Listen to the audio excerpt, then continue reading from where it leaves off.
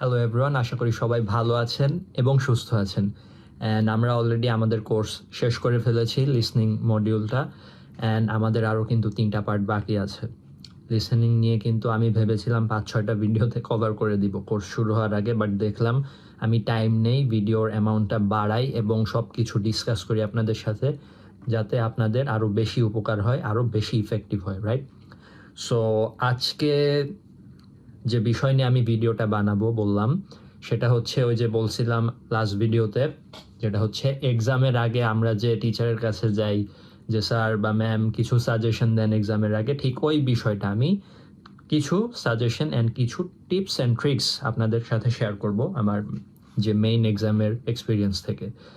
আচ্ছা, তো আমার ডেটটা হয়তো এক্স্যাক্টলি মনে নাই, বাট যেদিন আপনার লিসনিং স্পিকিং তো না, sorry, listening, reading and writing exam হবে, অ্যান্ড পেপার বেসড ছিল আমার এক্সাম, কম্পিউটার বেসড ছিল না।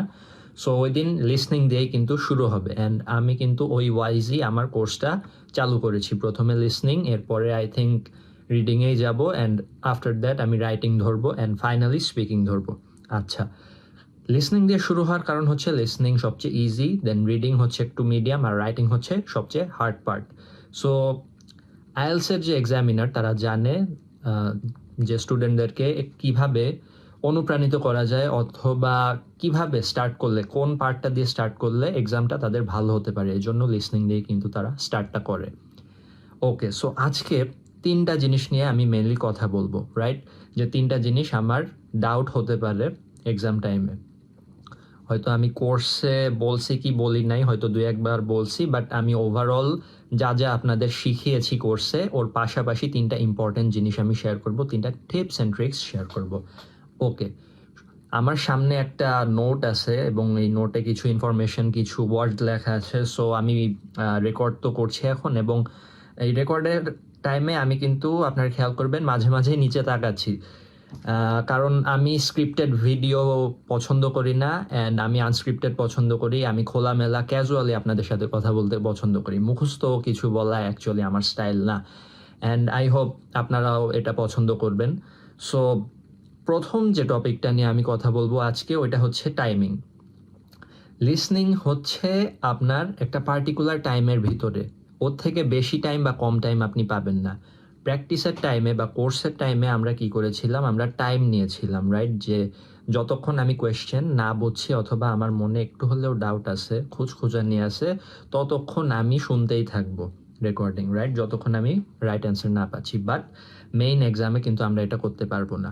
সো সাপোজ মেইন এক্সামে আমার একবার কোনো একটা অপশন রেকর্ডিং আমি শুনতেছি, বা মন ভোলা হয়ে গিয়েছি, অ্যাটেনশন হারাই গেছে, হয় এটা কিন্তু, অ্যান্ড আমি হারাই ফেলছি। আবার হতেও পারে আপনি পুরো অ্যাটেনশন দিচ্ছেন কিন্তু হারাই ফেলছেন just. So in that case আমি যদি একবার একটা অপশন হারাই ফেলি বা একটা অপশন বাই চান্স ছুটে যায়, তখন আমার করণীয় কি? ওই অপশনের দিকে আর আপনি ঘুরেও তাকাবেন না, ভাববেও না, কারণ আপনি তখন প্যানিকড হবেন। অ্যান্ড যখন আপনি ভাববেন একটা কোয়েশ্চেন আমার চলে গেল, দেন আপনি কিন্তু নেক্সট কোয়েশ্চেনটায় ফোকাস করতে পারবেন না। সো রুল নাম্বার 1, যেটা চলে গেছে সেটা গেছে, ওইটা নিয়ে আর মাথা ঘামানো যাবে না। আর আপনি যদি লাকি হন, দেন ওইটা নিয়ে যদি কিছু গেস করতে পারেন, অর সাবকনশিয়াসলি যদি আপনার মাইন্ডে কিছু থেকে থাকে যে না, এটা এই এইরকম কিছু একটা শুনছিলাম, এটাই হইতে পারে, লিখে আসি। ফাঁকা রাখার দরকার নেই, লিখে আসবেন, মাঝে মাঝে কিন্তু হয়ে যায় আসলেই। সো টাইমিংয়ের ব্যাপারটা, একবার যদি অ্যাটেনশন হারিয়ে যায়, যদি আপনি কোনো একটা কোয়েশ্চেন মিস করেন, ওটা নিয়ে আর মাথা ঘাবড়ানোর টাইম নাই, আপনি নেক্সটেরটাই ফোকাস করবেন, ভুলে যাবেন, ওইটা নিয়ে আর ভাববেনই না, চিল, একদম চিল। সেকেন্ড বিষয়টা একটু গ্রামাটিক্যাল বিষয়ে পড়ে, সেটা হচ্ছে ইউনিভার্বেশন নামে একটা টপিক আছে আমাদের ইংরেজিতে। এটা জিনিসটা কীরকম, সাপোজ আমি যদি বলি নাওয়াডেজ we use social media a lot, right? So এই সেন্টেন্সে নাওয়াডেজ, এই নাওয়াডেজ ওয়ার্ডটায় যদি আপনারা ফোকাস করেন, নাও এ ডেইজ, নাওয়ের পরে একটা হাইফেন, এর পরে একটা হাইফেন, অ্যান্ড দেন ডেইজ।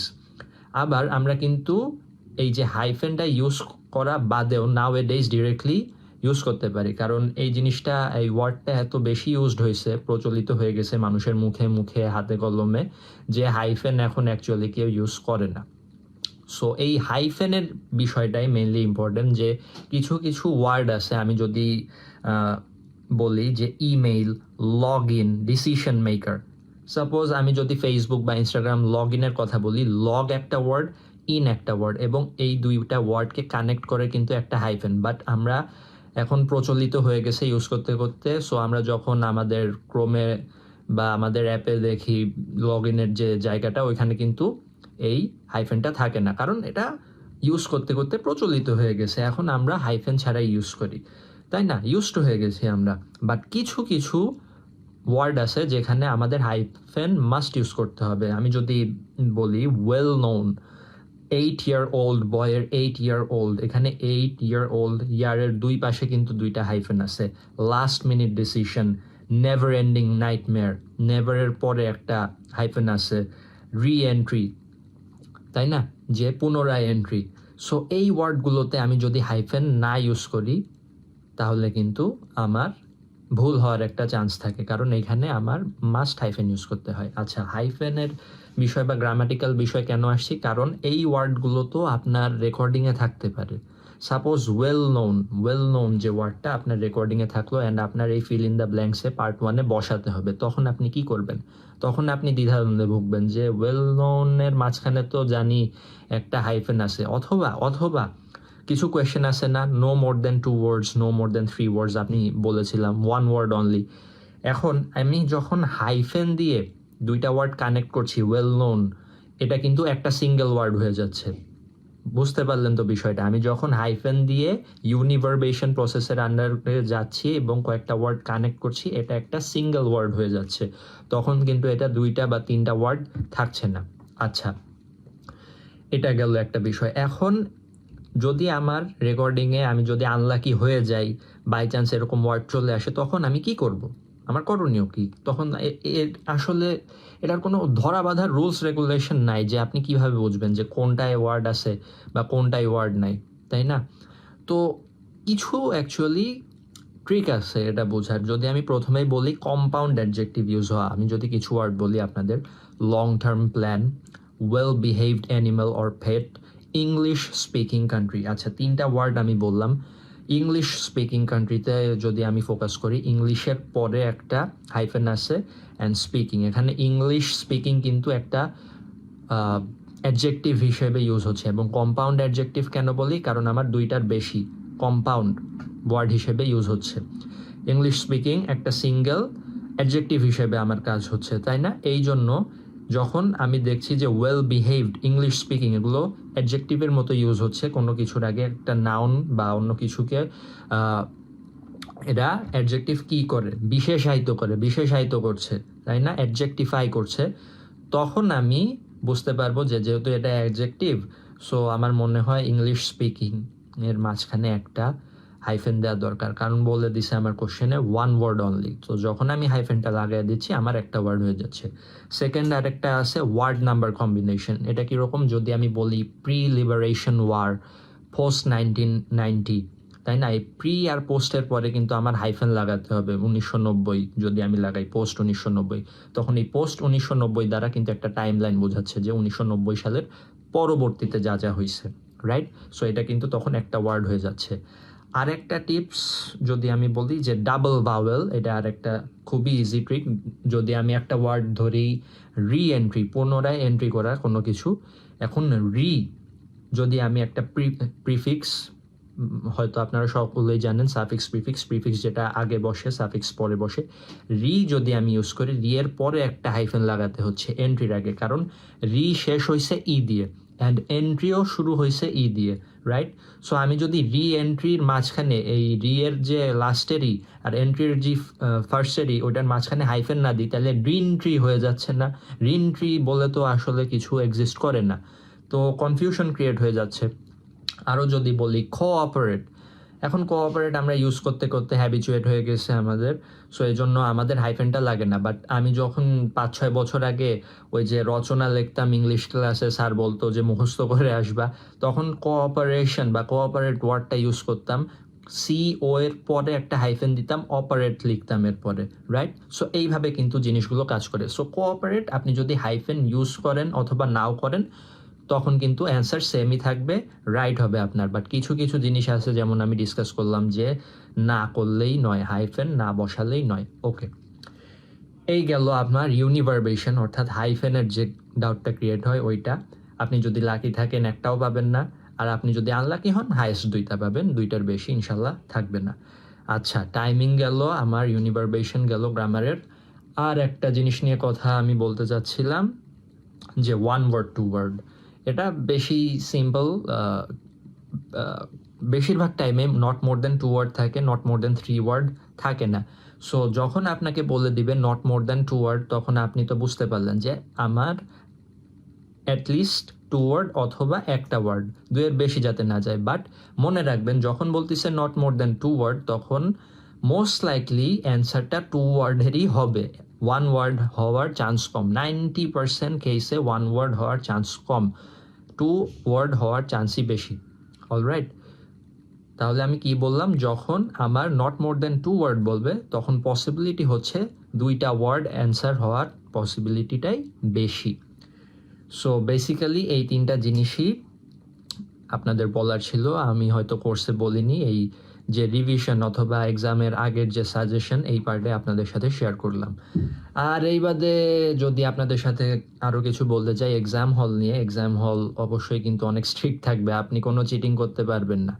আপনার ফ্রেন্ডের সাথে এক্সাম দিলেও এক্সামিনাররা কিন্তু অলওয়েজ ঘোরাফেরা করবে। আমার যে এক্সাম হল ছিল ওইখানে 4-5 জন ইনভিজিলেটর ছিল, অ্যান্ড তারা কিন্তু অলওয়েজ সামনে পিছনে হাঁটাহাঁটি করতেছে, এবং তারা কিন্তু ওই ইসের আপনাদের যে ক্যামব্রিজ না সরি আইডিপি অথবা ব্রিটিশ কাউন্সিল, ওদের আন্ডারে, ওই অর্গানাইজেশনের আন্ডারে কাজ করে। আপনারা দেখবেন ওরা অ্যাপ্রেন পরে থাকে, যে আইডিপি অর ব্রিটিশ কাউন্সিল লেখা থাকে ওদের অ্যাপ্রেনে, ঠিক আছে?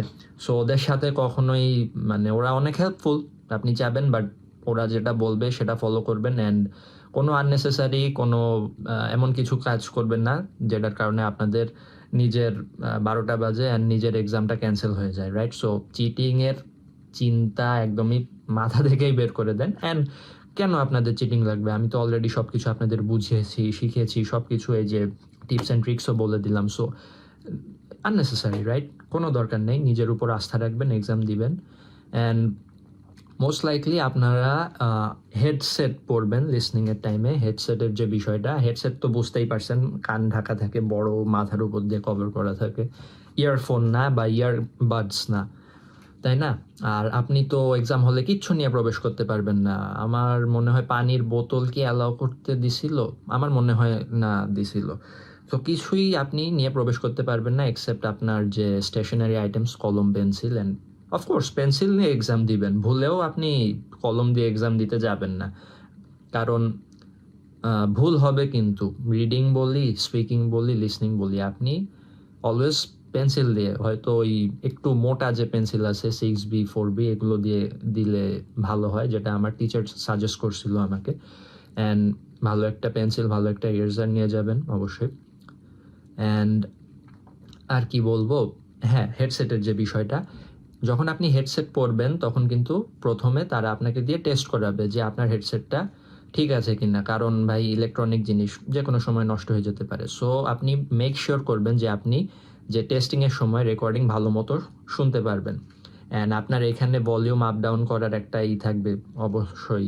সো আপনারা জানেন যারা হেডসেট ইউজ করেন, সো ওইটা অ্যাডজাস্ট করে নেবেন আপনার কমফোর্টেবল হয় যেটা। অ্যান্ড এক্সামের আগে বেটার হয় যদি আপনাদের হেডসেট ইউজ করার অভ্যাস না থাকে, কিছু সময় হেডসেট আপনারা ম্যানেজ করে ইউজ করে নেবেন, তাহলে আপনি ইউজ টু হবেন এনভায়রনমেন্টের সাথে।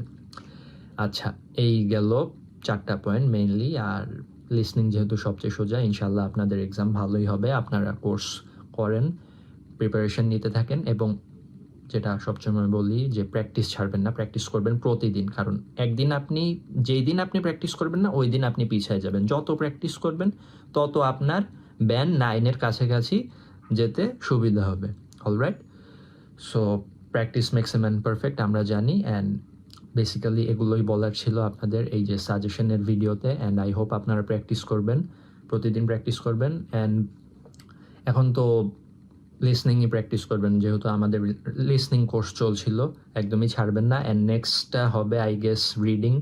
সো রিডিংয়ের মাঝখানে এমন হতে পারে যে রিডিং করতেছেন, বাট লিসনিং প্র্যাকটিস করতেছেন না, অ্যাকচুয়ালি ভুলে গেছেন, তখন কিন্তু আবার ঝামেলায় পড়ে যাবেন।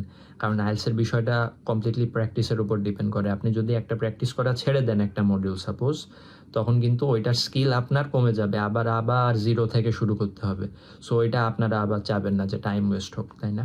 সো যখন 3-4টা কোর্স একসাথে তো আর চলবে না, 2টা চলতেছে, তখন আপনি কি করবেন, দিনের একটা সময় বেছে নেবেন যে আমি এই টাইমে লিসনিং প্র্যাকটিস করব, এই টাইমে রিডিং প্র্যাকটিস করব, এই টাইমে রাইটিং প্র্যাকটিস করব। ওকে, দিনের 3টা টাইম বেছে নেবেন। আর এইটুকু সময় আপনাদের দিতে হবে, কারণ এইটুকু সময় যদি আপনি না দেন, ইফোর্ট না দিলে কিন্তু ভাইয়া স্কোর আসবে না। টু বি অনেস্ট, ইফোর্ট না দিলে স্কোর আসবে না। আমার 7.5 হয়তো খুব একটা ভালো না, ডিসেন্ট 7.5 যেটা আসছিল, বাট এটা কিন্তু শুনে আমি দেখেছি অনেকেই বলে যে না এটা অনেক ভালো স্কোর, 6.5, মানে বেশিরভাগ মানুষই তারা আমাকে অ্যাপ্রিসিয়েট করে যে যেহেতু আমি একটা ফ্যাক্ট বলছিলাম আপনাদের যে ওয়ার্ল্ডের 15% টেস্ট টেকার 15%, 100-র ভিতরে 15% হচ্ছে মানুষ 7.5 পায়। অবশ্যই তাহলে এটা হাই লেভেল স্কোর। তো অবশ্যই আমার 8 পাওয়ার ইচ্ছা ছিল, বাট কিছু ভুলের কারণে আমি পাইনি, রিডিং মডিউলের কিছু ভুলের কারণে আমি পাইনি। এবং যখন একবার রিডিং স্টার্ট হবে কোর্স, আমি শেয়ার করবো ওগুলো আপনাদের সাথে। সো বেসিক্যালি এইটুকুই আজকের জন্য। আপনাদের সাথে দেখা হবে আবার রিডিং মডিউলে, এবং টিল দেন আপনারা প্র্যাকটিস করতে থাকেন, ভালো থাকবেন, এবং একটা ডিসিপ্লিনড একটা টাইম টেবিল ঠিক করেন যে কখন প্র্যাকটিসটা করবেন, কোন প্র্যাকটিসটা করবেন। যদি দেখতেছেন যে আপনি এক সপ্তাহ ওই টাইম টেবিলে অভ্যস্ত হয়ে গেছেন, তাহলে আর আপনাদের প্যারা খাওয়া লাগবে না, আই হোপ। সো ভালো থাকবেন, অ্যান্ড দেখা হচ্ছে আপনাদের সাথে রিডিং মডিউলে। See you guys.